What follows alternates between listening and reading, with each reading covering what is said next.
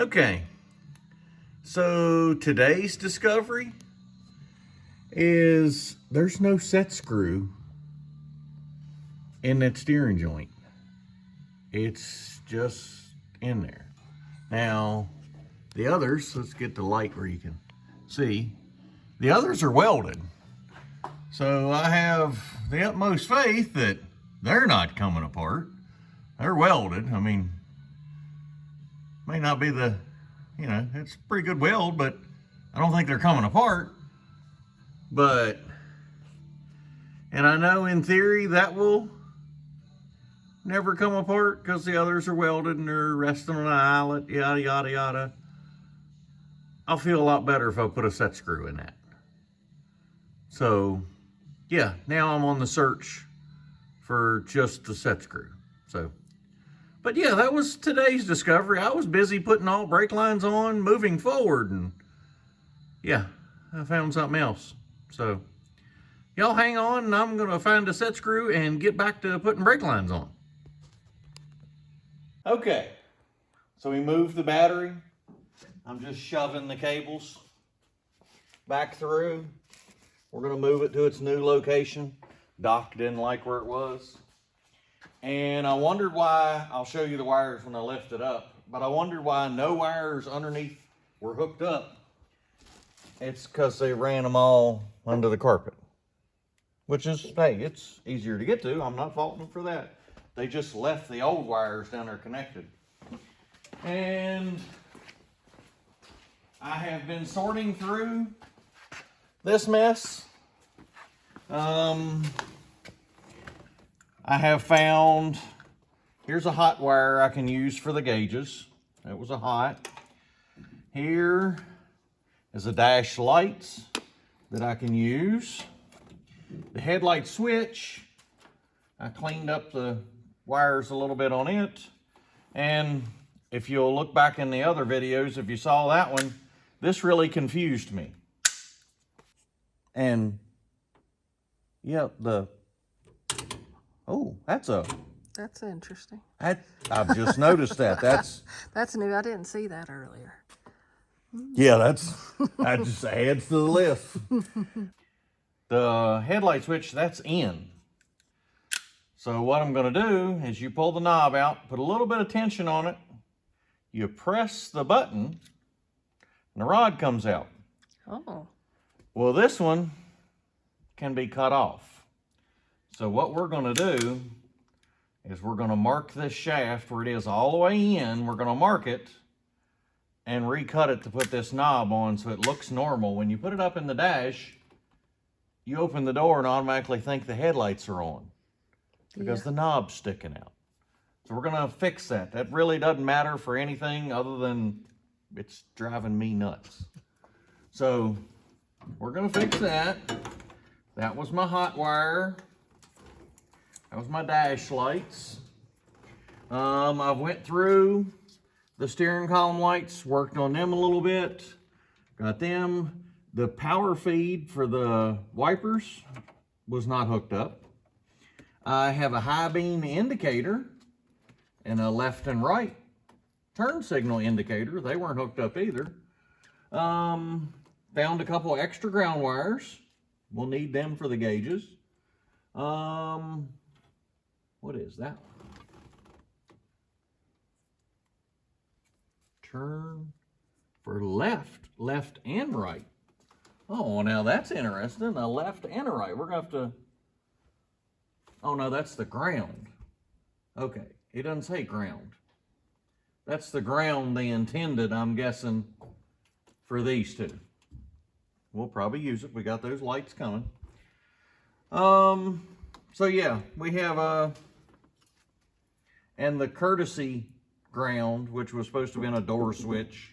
When you open the doors, there's no light up there to come on, but they've got it all coiled up, and I'll probably leave it coiled up. If anybody ever puts a interior in here, they'll probably want a courtesy light. I went to put the horn back, because I was thinking, hey, horn button, that'd be really cool if it worked, because this is your horn button over here. That's the horn button. Oh.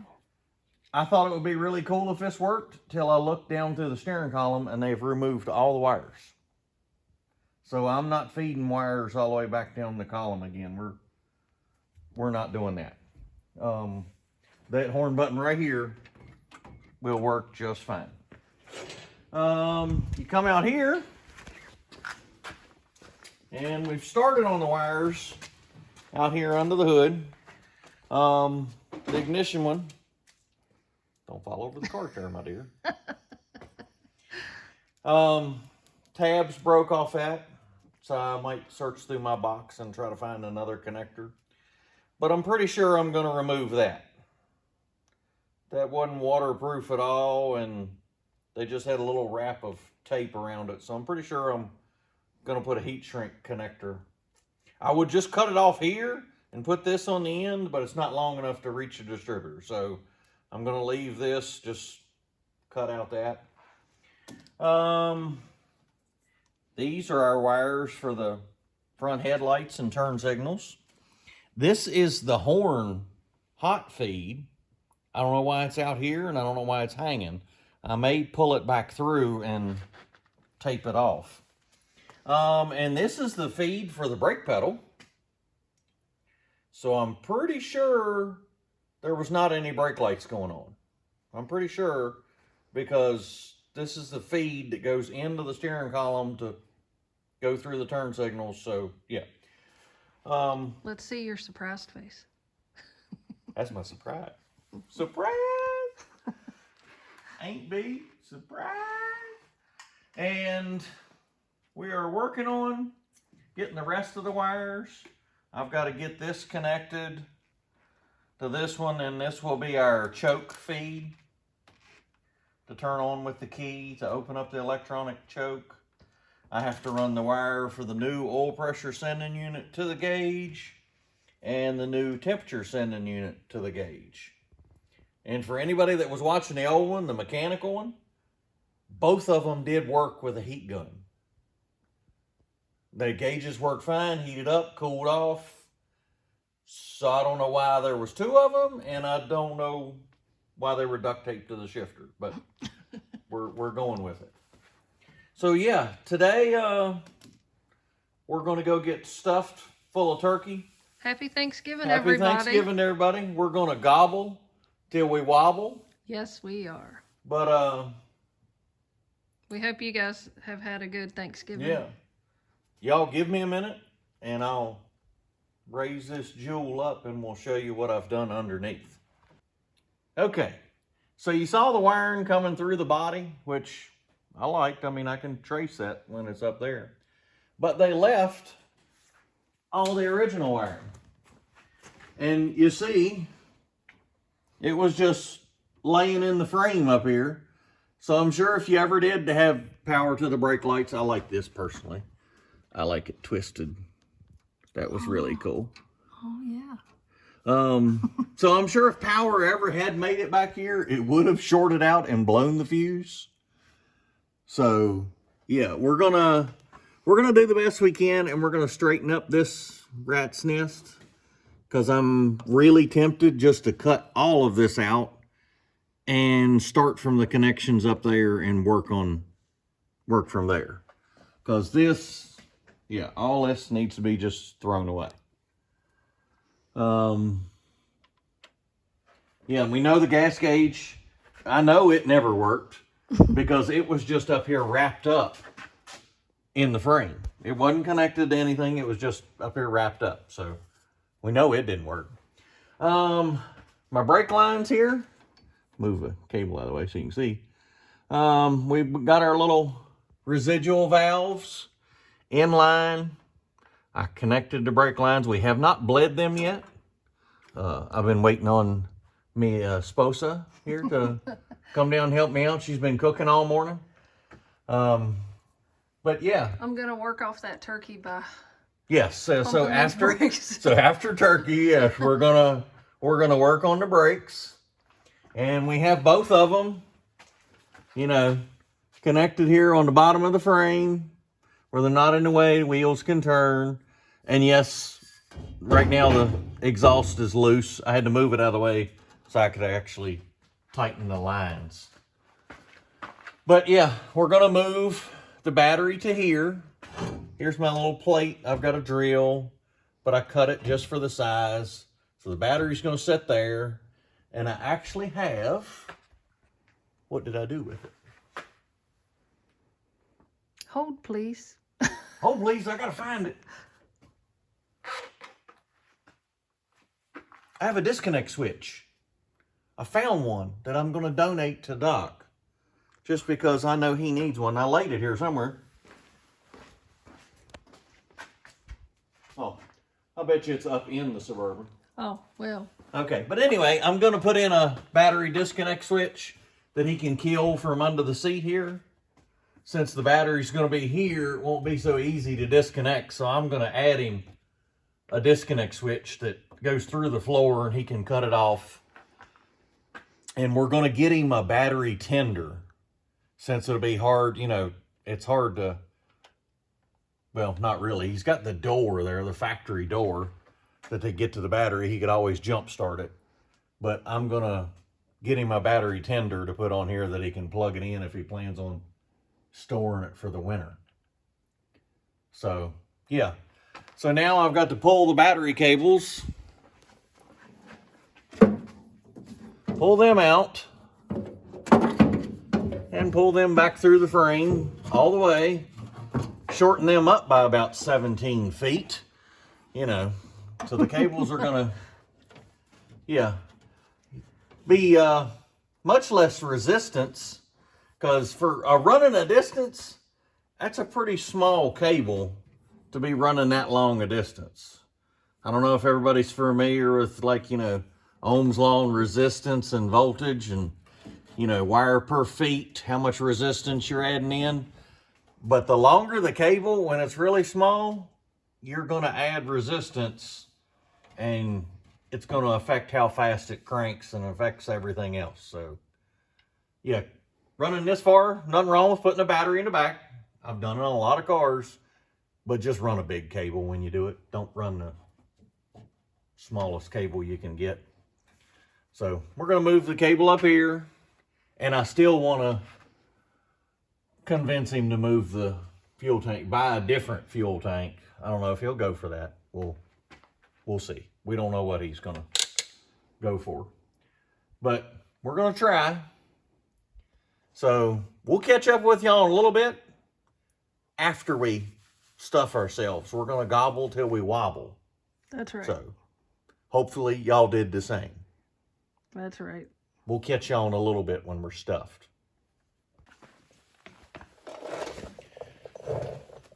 Morning, campers. Greetings from Camp Hiawatha. Well, how about that? That wasn't planned.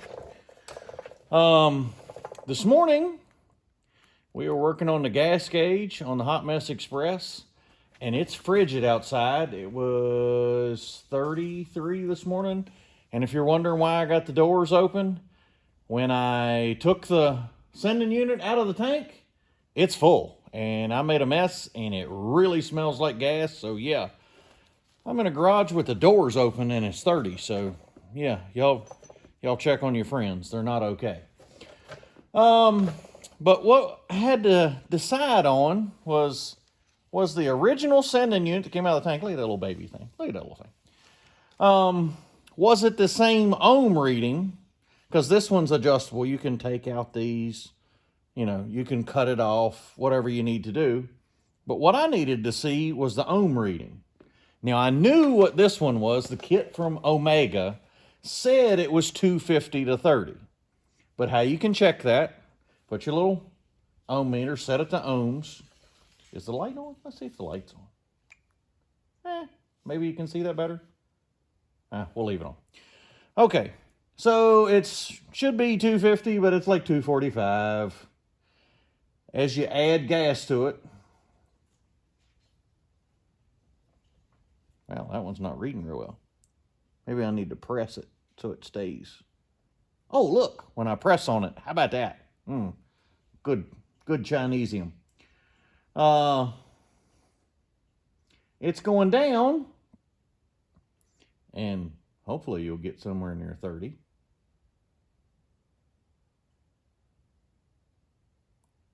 And ta-da, 34. So yeah, it's pretty close to 245. Oh, I saw 250.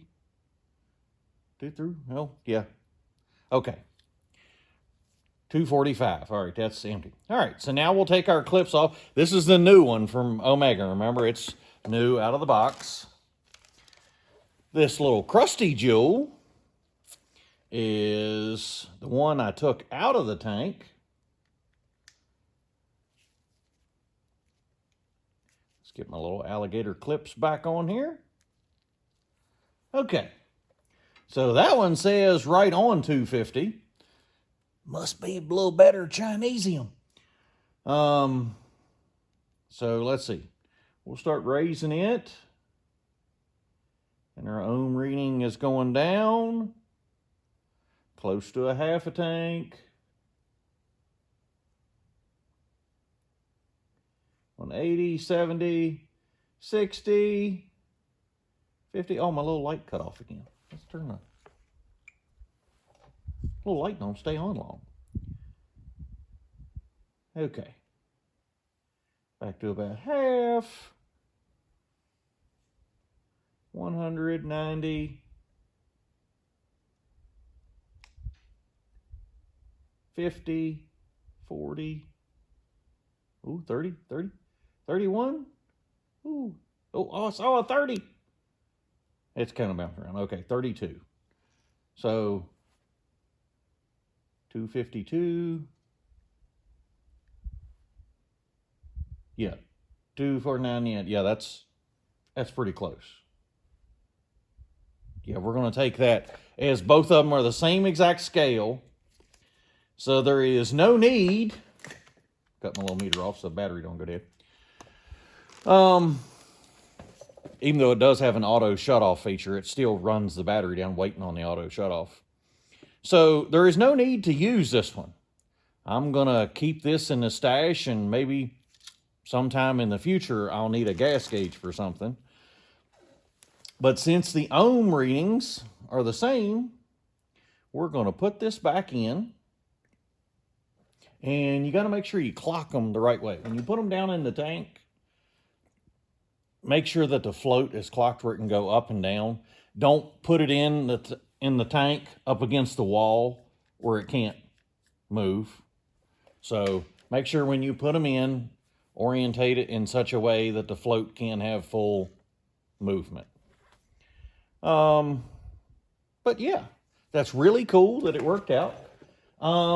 As you can see up there, I am diving into the taillight wiring. I threw out a whole bunch of wires that weren't connected and should have been touching something, but they weren't. And we're going to make the third brake light. They had the wire run. That's the crazy part. They had a wire run all the way to the back for the third brake light, but it wasn't connected to the brake light on the door. And I think it'd be cool if it had left and right turn signals and stoplights and brake light, park lights, blinkers left and right, and then the one on the door, if it acted as a third brake light. I think that would be cool. So that's what we're going to do. We're going to try to get that tail light fixed up. But I was checking my little ohms, making sure I was going the right way. So let me get this back in the gas tank. We'll let the fumes get out of here. And I'm going to shut the doors and maybe turn some heat on because, yeah, it's frigid today. So y'all hang on. I'm going to put this back together. Okay. So we're back. I cleaned up a bunch of the wiring underneath the back there. Put the gas tank back up in it, and yeah, that was a chore. Got that going our way. But I noticed when I went back and looked at the video that there was a glare on the screen and you couldn't see what I was actually doing. So I'm going to try to move this where you get it all in one shot. And what I was doing was raising the float level just like you were filling the tank, and showing that the ohm reading basically goes down, showing the tank full. But you couldn't see that because my, let's just say I epic failed on the camera filming there.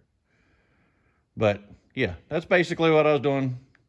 It shows almost 250 when it's, when I put it in the right spot.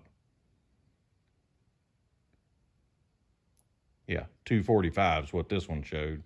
And I think it was 32, 33. Yeah. Okay, but yeah. Just since there was a glare on the screen and I had an epic fail on positioning the camera right so you could see everything. But went yesterday and got some battery cables. Oh, and I didn't find my battery switch. Oh, and Sid's in here now. The Corvette left yesterday. The Corvette is going to Florida. But yeah. So there's battery disconnect switch. I'm donating to Doc's cause here. I did convince Doc. I'll show you this. He came by the other day and I convinced him to take his radiator out, and he brought me one. Unfortunately, it was the wrong one. This one, I'm going to guess, is for an early model, a 30s Chevrolet, Buick Olds. It's a Walker. I mean, it's a good looking radiator. And I'm going to say it fits that style of car because it looks just like the Walker radiator that we took out of Sid and one that I did on a 38. They look just like it. Same neck, everything. And I think he said this came from a Cadillac project. Doc's worked on a lot, or not worked on, but he's owned a lot of cars, evidently talking to him. So he wants to sell this. So if anybody needs a Walker radiator for a 30s GM product, hit me up. He wants to get rid of this. But I ordered a Champion radiator to fit this. Hopefully it will be here Friday. So that I'm probably going to go ahead and hoist up the front clip here on my little rigging apparatus to save my back, so I don't try to pick that up. I'll probably pick that up and we'll put the front end back on the Hot Mess Express now that I'm 99% done with the wiring. I think I'm done with wiring all under the hood, so we can go ahead and put that back on. And as many of you know, wheel bearing went out in Sid, and then we went and got a rear end to get for parts, and she was full of water. So maybe I can salvage one of those two axles out there. Hopefully my housing's not tore up in this one, but that's going to be a whole different episode.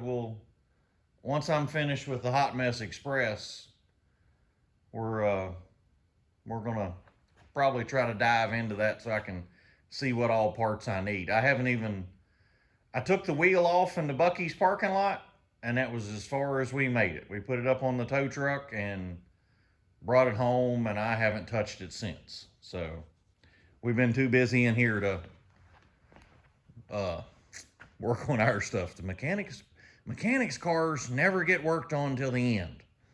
So, but yeah, Doc is let me buy a radiator, which is good.